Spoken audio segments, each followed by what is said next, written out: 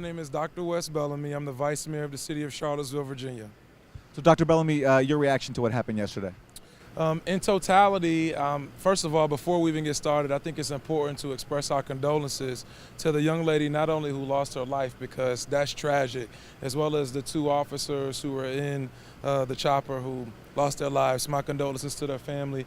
And I was disappointed with some of the things that I saw, but I've been saying this everywhere. I think we saw a couple of things that really tells the whole tale about Charlottesville. One, we saw these white supremacist clowns come in here and think they can intimidate anybody, but that didn't work. But not only that, I saw, and I was with a group of brothers yesterday, these guys right here gave away over 200 book bags and school supplies at Townsville Park. They had free food, they had music, they had all kinds of stuff going on. So that tells really what Charlottesville is about. Whenever we're faced with adversity, we still make sure we look out for each other. And it's not these older folks or somebody who you would expect to be doing it. It's these younger guys like right here, who some of these other clowns want to categorize as thugs because they got locks in their hair or they don't look the part. These are the people who are maintaining and watching over our community, and that's what Charlottesville's about. We've been talking to people who are from Charlottesville and being told that this is not at all normal in Charlottesville. Normally there's racial harmony here, yeah, for the most part. But a lot of people are saying that the police and state police kind of escalated what was going on.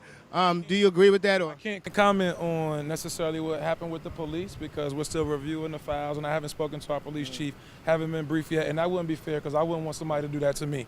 But when we talk about who our community as a whole, this is a city and a community that I love 110%. This is a community that when I was in my darkest moments, this is the same place that made sure that I was encouraged, made sure that they rock with me and ride with me no matter what, and that is what it represents. White people, black people, young, old, blue, green, whether you got a lot of money, you don't have money, whether you're in poverty, whether you're rich, we're a community that's going to look out for each other. And moving forward, that bull crap from yesterday will not define us. And that's why I'm so disappointed in 45, y'all's president's lack of response in regards to calling this domestic terrorism and white supremacy. If anybody says that they want to help me or they've been asking what can we do, they need to tell 45 to get on it and tell these white supremacists to stop. Whenever you have a clown like the Klux Klan Clan from David Duke come out and say that they came here to fulfill their president's dream, that's bullcrap. He needs to denounce it. Every elected official needs to call it exactly what it is, white supremacy. But for Seville, we good. We're going to be stronger. We're going to be bigger and better. For Kessler, those white supremacists, those other clowns who thought they could divide us, they ain't did nothing. You see my people behind me, and it's not just them. We got white, black, and all kind of others ready to ride. We're ready to stand together, and that's what we're going to do. All right, Dr. Bellamy, can we talk about the legislation that helped get us here? Sorry, I'm sorry. Sorry. All right, go ahead. Can we talk about the legislation that helped get us here? You led the push to get the statue removed. Mm-hmm. So I'm not the sole individual who's led the push to get the statue removed. I think it's important to understand that this has been a community conversation for years, right? And that's oftentimes what happens when we don't quite understand the dynamics of the community as a whole. And I'm not just saying you specifically, but like we oftentimes try to paint things on certain individuals because we're neglecting hearing from the community as a whole. This has been an issue for several years now, right? And just happens to be that while I'm in office, and yes, I kind of push for legislation, or excuse me, the policy for us to be able to move the statue, but Ms. Kristen Sakos has been talking about this. The Black Lives Matter group has been talking about this. I mean, I don't know how many people can remember, but they spray painted Black Lives Matter on that statue years ago. I firmly remember people talking about how the statue needs to be moved when I first moved here. I remember in 2013 having a campaign cookout at that statue, in that park rather, and receiving 82 phone calls, emails, or different elders in the community stopping me saying, how could you be so disrespectful? Do you not understand that we've had our faces slashed for walking in that park, spat on for walking in that park, told that we couldn't walk in the park, we had to put our back to the wall and just face the library because they couldn't go in it. That's the history of this community in regards to that park. I got people who pay taxes who refuse to step foot in the park because what they believe it represents, as well as the statue that's in it. So again, this is an issue that started way before Wes Bellamy. Just like white supremacy started way before Wes Bellamy came. The racial tension that we had started way before Wes Bellamy came. And Charlottesville wasn't just this quaint, quiet town in which we all held hands and sang Kumbaya before this issue came. But now you see different people from different colors, races, ethnicities all coming together and speaking out and denouncing this hate. And that's what's making the other side so fearful, because we're finally starting to speak together. As individual fingers, we can do some things, but at a mighty fist, we can blow a very serious blow to white supremacy. And that's what we're doing. They're on the hills.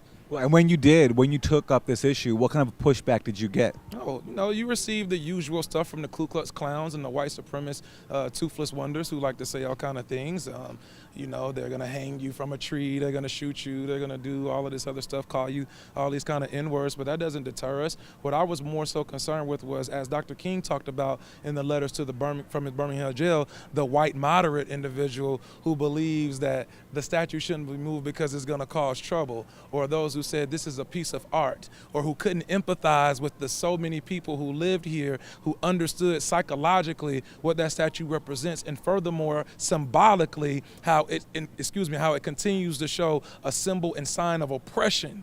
See, it's deeper than just a statue, and that's the part that people sometimes seem to overlook. This is the same community in which had the massive resistance, in which all of the schools were shut down opposed to integrating. Think about that. You and I, because you're a person of color, I'm a person of color, looks like everyone out here. I'm not actually, I'm just tan. Well, you got a great tan. All right, good. So, well, even better, you and I would not have been able to go to school together, and because to stop you and I from going to school together, they closed down the schools. This young brother right here is a business owner. Think about Vinegar Hill during that era in which his business would have been torn down because of urban renewal. Like, we got to think about that. Those things happened here. Now, again, I don't think that represents the Charlottesville of today. That's why I've been using the hashtag #NewSeaville, because we're not your great-grandmother Charlottesville. We will speak up, and we're a lot more unified. We rally a lot more together. You have a lot of different races all deciding to speak together. But again, we cannot allow the same status quo to continue, and we will not be intimidated. We're not going to allow the actions of yesterday or the images that some people are flashing on their television screens to define us. It's just not going to happen. Dr. Bellamy, you're as a legislator. What kind of support do you have from politicians that represent Charlottesville? Do you feel like I know, as far as the people are concerned, there's a movement, but in terms of pushing legislation, what kind of support do you have? Do people need to get new people in office, or are y'all on a good path? Well, we got an equity package passed 5-0. Within that equity package was nearly $4 million worth of initiatives for communities who were marginalized. When you look at, we got $2.5 million put in our capital improvement plan to redo public housing sites. We got $950,000 to the African American Heritage Center. We got $20,000 for anybody who lives in the public housing site, who lives in our public housing sites, to be able to get free GED training and take free GED classes. We also got a new position for Black Male Achievement, in which we're calling a Youth Opportunity Coordinator. We got a class, or we established a grant, $15,000 grant to create a new class to talk about equity and African American studies and ethnic studies within our local schools. So when you look at it from that perspective, when I brought it up, yeah, it got a little bit of resistance, but my colleagues agreed with me 5-0. Now, we all believe in equity. I believe that all my colleagues believe in equity. Does that mean we have to go about it the same way? No, right? And that doesn't mean that they don't believe in equity, or that doesn't mean that they're racist, right? Yeah, I'm the only African American on city council. I'm only the 7th in history, and I'm the youngest we've ever had. So quite naturally, I'm gonna do things a lot different. Like, I like Meek Mill and Jeezy. Right. They like, Barbara Streisand or something. I don't know. But that's cool, right? Like, we have different ideologies. I normally like to wear my chains, and I like wearing T-shirts that say, like, Minister Supremacy and stuff like that. Right. They like collar shirts, and they normally dress like this. That's cool. That doesn't mean that we have to butt heads or fight against everything. It's okay for us to not agree on everything, because I think sometimes when you don't agree, it makes you a better legislator. And personally, I can say that I've become a better councilman, a better policymaker, because of not always agreeing with my colleagues. They've helped me grow. Life is about maturation, man. I'm not the same dude that wrote those tweets a long time ago. I've grown up a lot. I'm not the same city councilman that I was when I first got in office a year and a half ago. I've grown up. I've learned to become better, and that's what we must continue to do, and that's also what we're going to do as a city. We're going to continue to progress, we're going to continue to grow, we're going to continue to work together, but lastly, we're not going to let some white supremacist clowns come in here and shake us up. They might knock us down, but we stand tall. Alexander! On the equity. See, that's how I act. On the equity, when you try to push that through, did people try to leverage that to get you to stop what trying to get the statue removed? I think it was a bargaining tool. I think some people, it was sometimes politics is about negotiation, right? But I mean, in all, negotiation is one thing. We got the equity package passed 5-0, and we got the votes to move the statute 3-2. So at the end of the day, we got both. We also got a position. I wrote legislation, a position for us to look at. This good brother right here, Chris Suarez, wrote an extensive story about the need for us to have increased minority contract spending within the city of Charlottesville. This past year, it was at 0.07%, right? At some point in the last 4 or 5 years, Yeah, over the last year, 0.04%, right? And over the last few years, our minority contract spending has been less than 1%. We were able to push policy through to be able to create a task force to look at that, as well as hire a position to specifically encourage people of color to get more contracting jobs, get into the general contracting field, to be able to increase equity throughout the city. And my colleagues agreed to that 5-0, right? So again, pushback can be, sometimes, hey, Wes, I don't quite understand this. Let's go back to it so that we can make it better. But that doesn't mean they're against it, right? That's life. Across the country, people are talking about Charlottesville. Yep. Nationally, where do you want to see the conversation go from here? I want to see it go two places. One, every elected official, every person within our community, our city, our country, they need to tell 45 he needs to be very clear in denouncing white supremacy. That needs to happen first and foremost. It's time to stop skirting around and saying, oh, well, we don't know, man, these things have been happening for a long time. Yeah, all of that stuff is bad. We know it's all bad. We know these issues have been going on a long time. Water is wet. We need him to come out and say that he does not approve of or support these groups. When you have David Duke, leader of the Ku Klux Klans, come out and say that they came here to fulfill the promise of 45 who promised them that they would be able to take their country back, and then they come out and someone gets ran over, a young lady loses her life. Come on, man. So when you ask me what I want people to do across the country, that needs to happen first. And then we need to move towards healing our community and improving our community. How do we do that? By working together. Black people, white people, whoever you are, let's start working together. The work is going to continue tomorrow. Like today's the 13th, tomorrow's August 14th. Yo, we got affordable housing issues to talk about.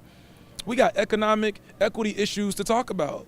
We have plans and policies in place that we need to address. That work does not stop.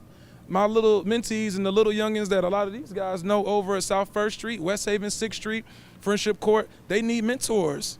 Those after school programs have to continue. School starts on the 23rd. Well, school's already started for me, but school starts on the 23rd, right, for the students. Who is going to go into the communities to help them with homework help? These guys did their job. They gave away 200 book bags yesterday. Now, who's going to help us take it to the next level, right?